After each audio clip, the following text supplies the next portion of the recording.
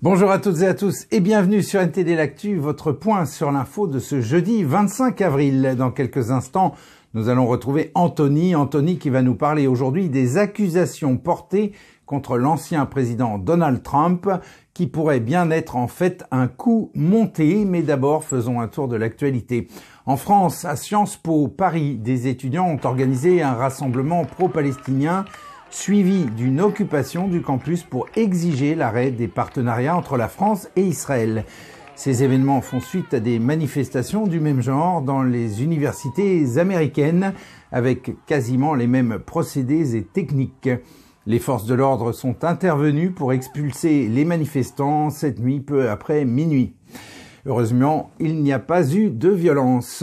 Et un réseau pédophile a été démantelé. 19 personnes suspectées de faire partie d'un réseau pédophile ont été interpellées. 14 en France et 5 en Allemagne. Du côté français, ils s'étaient réunis en Alsace. La police a perquisitionné leur chambre d'hôtel et leurs véhicules. Ils ont été placés en garde à vue. Du côté allemand, les 5 autres suspects ont été arrêtés à leur domicile et également perquisitionnés. Des photos et des vidéos à caractère pédopornographique ont été trouvées. Il y a un lien entre ces personnes et d'autres hommes qui avaient été arrêtés il y a quelques mois. L'enquête suit son cours. Et à propos d'enfants, parlons de la GPA. Un couturier français a récemment publié une photo de ses enfants issus d'une gestation pour autrui ou GPA. La tête de liste Reconquête, Marion Maréchal, a initié une polémique en posant la question « Où est la maman ?» sur les réseaux sociaux, ce qui a été interprété comme de l'homophobie par une partie de la classe politique de la gauche et du centre. Marion Maréchal a cependant été soutenue par une partie de la droite, y compris par des homosexuels. En France, la GPA est strictement interdite. Le principe même de la marchandisation des naissances et du corps des mères porteuses pose un vrai problème éthique qui dépasse de loin la simple idée d'avoir un enfant et d'en prendre soin. Et suite à la mort du jeune Philippe Koopman, sauvagement assassiné lors d'un guet-apens à Grande-Synthe, le maire de la ville a décidé de ne pas assister aux obsèques. Menacé de mort à plusieurs reprises, il a été représenté par des élus municipaux pour des raisons bien évidentes de sécurité. Environ 500 à 600 personnes ont rendu hommage à la victime. Et à Paris, cette nuit, vers 2 heures du matin, les célèbres ailes du Moulin Rouge se sont décrochées et sont tombées devant l'établissement. Dans leur chute, les ailes ont abîmé l'enseigne du cabaret, mais aucun blessé n'est à déplorer. La cause de la chute est encore inconnue. Et la marine française a tiré avec succès 2 missiles antiaériens Aster dans le cadre d'un exercice en mer. Ces tirs visaient à reproduire une situation similaire à celle rencontrée en opération. Les missiles Aster ont récemment été utilisés en mer Rouge contre des attaques de drones par les Houthis, ces derniers ayant sérieusement perturbé le commerce maritime mondial. Et il est temps déjà de retrouver Anthony. Anthony, c'est à vous. Merci Rémi. Bonjour à tous. Aux États-Unis, des révélations récentes jettent une nouvelle lumière sur l'affaire des documents classifiés de Donald Trump. Cette affaire, qui a commencé comme une simple question de mauvaise gestion de documents, s'avère être plus complexe qu'il n'y paraît. Pour rappel, dans cette affaire, Trump est accusé d'avoir mis la sécurité des États-Unis en péril en conservant des documents confidentiels après son départ de la Maison-Blanche, en janvier 2021. Ces documents contiendrait entre autres des plans militaires et des informations sur des armes nucléaires. Et au lieu de les remettre aux archives nationales, comme la loi l'oblige, l'ancien président les aurait conservés dans sa résidence de Mar-a-Lago. Trump, de son côté, a plaidé non coupable des 40 chefs d'accusation liés à la manipulation présumée de ces documents classifiés. Mais voilà qu'aujourd'hui, d'autres documents décaviardés montrent que la Maison-Blanche, sous la houlette de Joe Biden, aurait collaboré avec les archives nationales et le FBI pour monter ce dossier contre l'ancien président. De quoi soulever de sérieuses questions sur l'impartialité du processus d'enquête.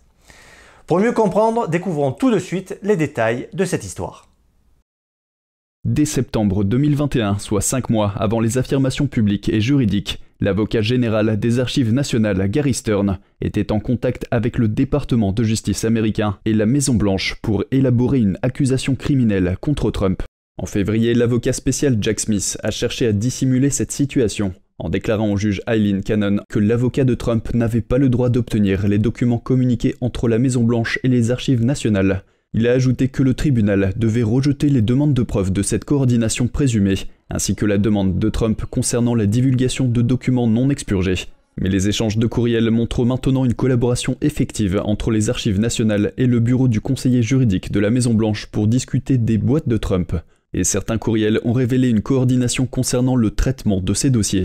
Grâce à ces courriels, la défense a mis en évidence des cas où les fonctionnaires des Archives nationales n'ont pas divulgué certaines actions aux représentants de Trump, suggérant un parti pris dans l'enquête. Un des courriels indique que l'archiviste David Ferriero était à bout de patience concernant des boîtes manquantes, qui selon un autre courriel au procureur général, ont été signalées comme ayant été probablement détruites. La défense accuse maintenant le procureur d'avoir dissimulé des preuves potentiellement disculpatoires et d'avoir fait preuve de partialité dans l'enquête. Suite à ces révélations, la défense de Trump ainsi qu'une coalition de médias ont demandé à la Cour de lever les scellés sur les pièces à conviction, arguant qu'il s'agit bien d'archives publiques. Ils accusent aussi le bureau du conseiller spécial Jack Smith de violation de la procédure de communication et d'un manque d'équité fondamentale dans sa volonté de poursuivre l'ancien président. La juge Aileen Cannon a quant à elle plaidé pour la publication du plus grand nombre possible de documents. Aussi a-t-elle ordonné qu'aucun document non classifié ne soit mis sous scellé, sauf risque évident pour la sécurité bien sûr. On devrait donc bientôt y voir un petit peu plus clair dans cette affaire. Pour Trump, certains des chefs d'accusation sont passibles quand même de 10 ans d'emprisonnement. Mais en face, si les accusations de partialité et de coordination entre la Maison-Blanche, les Archives nationales et le FBI sont confirmées, cela pourrait sérieusement éroder la confiance du public dans l'impartialité des institutions fédérales. Affaire à suivre donc. Rémi, je vous rends l'antenne. Merci Anthony, et si vous aimez nos émissions, merci de cliquer pour vous abonner, de liker la vidéo. Ce petit geste nous encourage et aide à faire connaître notre chaîne. Merci. Et au Moyen-Orient, le Hamas a publié une nouvelle vidéo d'otage. On y voit l'israélo-américain Hersh Goldberg Pauline qui a été enlevé le 7 octobre. Dans la vidéo, Hersh apparaît pâle et amaigri avec une main amputée. Il adresse un message qui semble dicté par le groupe terroriste, accusant le gouvernement israélien de l'avoir abandonné et critiquant les actions militaires de Tsahal. Ses parents, bien sûr, demandent au gouvernement de faire tout son possible pour le faire libérer. Et toujours à propos de la Palestine, des manifestants pro-palestiniens ont été arrêtés dans plusieurs universités américaines. Le président de l'université du Texas a déclaré, je cite, « Nous n'autoriserons pas une prise de contrôle de l'université ». Hier soir, plus de 100 manifestants ont été arrêtés à l'université Columbia à New York. Ils avaient installé des tentes sur le campus. Et TikTok a été menacé par le Congrès américain qui a adopté une loi menaçant d'interdiction le réseau social chinois aux États-Unis à moins que TikTok ne coupe ses liens avec sa maison mère chinoise ByteDance, c'est-à-dire avec la Chine. Le président Joe Biden a soutenu ce texte. Si cette loi entre en vigueur, elle obligera ByteDance à vendre l'application dans un délai de 12 mois, faute de quoi elle sera exclue des boutiques d'Apple et de Google aux États-Unis. Cette situation risque toutefois d'être contestée en justice. Pour rappel, l'administration Trump avait interdit TikTok pendant son mandat et l'administration Biden a ensuite levé l'interdiction peu après sa prise de pouvoir. Et on passe tout de suite aux actualités Chine avec Vladia. Vladia, c'est à vous. Bonjour à tous, merci Rémi. Aujourd'hui nous sommes le 25 avril et c'est un jour spécial pour certains dissidents chinois. Il y a 25 ans, des croyants se sont rassemblés pour protester contre la persécution de la pratique spirituelle Falun Gong, dont vous avez presque tous entendu parler, je pense. Des milliers de pratiquants ont déjà défilé à New York pour commémorer l'événement, d'autres vont suivre un peu partout dans le monde. Des pratiquants de Falun Dafa se sont rassemblés pour sensibiliser l'opinion publique à la persécution contre le groupe. Le Falun Gong, également connu sous le nom de Falun Dafa, est une discipline de tradition bouddhique fondée sur les principes de vérité, compassion et tolérance. Elle a été présentée à grande échelle pour la première fois en 1992 en Chine continentale. On estimait qu'il y avait entre 70 et 100 millions de pratiquants avant la persécution par l'ancien leader Jiang Zemin en 1999. Ce rassemblement a marqué le 25e anniversaire d'un appel pacifique à Pékin. Il a eu lieu quelques mois avant la persécution des pratiquants de Falun Dafa par le régime communiste qui a fait des milliers de morts. 25 ans plus tard, des rassemblements sont organisés dans le monde entier pour commémorer cette date. Différents responsables étaient présents. Il y avait aussi des gens du mouvement Tuidang. Tuidang est un mouvement populaire au sein de la communauté chinoise. Il permet aux citoyens de se retirer des organisations affiliées au Parti communiste chinois. Au cours des 25 dernières années, les pratiquants de Falun Gong ont expliqué la vérité de la persécution au public chinois.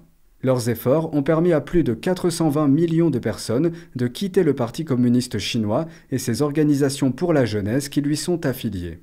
C'est une manière pour le peuple de se retirer de toute responsabilité liée aux crimes du régime en n'en faisant plus du tout partie, car chaque citoyen chinois a prêté serment de donner sa vie au régime dans sa jeunesse, pas au pays, pas à la nation chinoise comme le voudrait le vrai patriotisme, mais au gouvernement chinois. Et la différence est fondamentale. C'est tout de mon côté, merci à tous, merci Rémi, à demain. Merci Vladia. Et comme on vient de l'entendre, 25 ans se sont écoulés depuis l'appel pacifique du 25 avril 1999. 25 ans plus tard, des enfants ont grandi et bien des choses se sont produites. Pour commémorer cette journée spéciale, New Century Film présente un long métrage qui sera disponible sur Ganjing World le 28 avril, c'est-à-dire dans 3 jours. Voici la bande-annonce.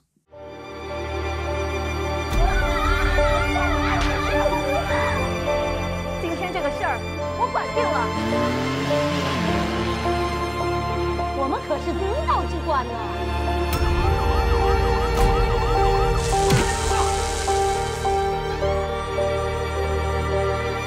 我一定要找到那位阿姨，一定要报答她。我认为法律就是应该为正义发声。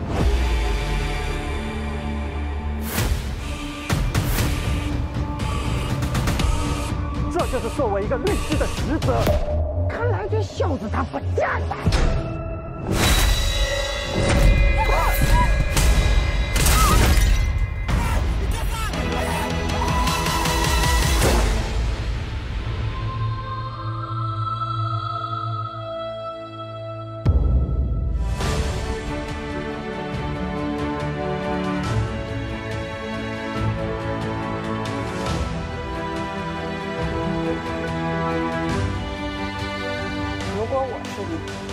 我也这么干。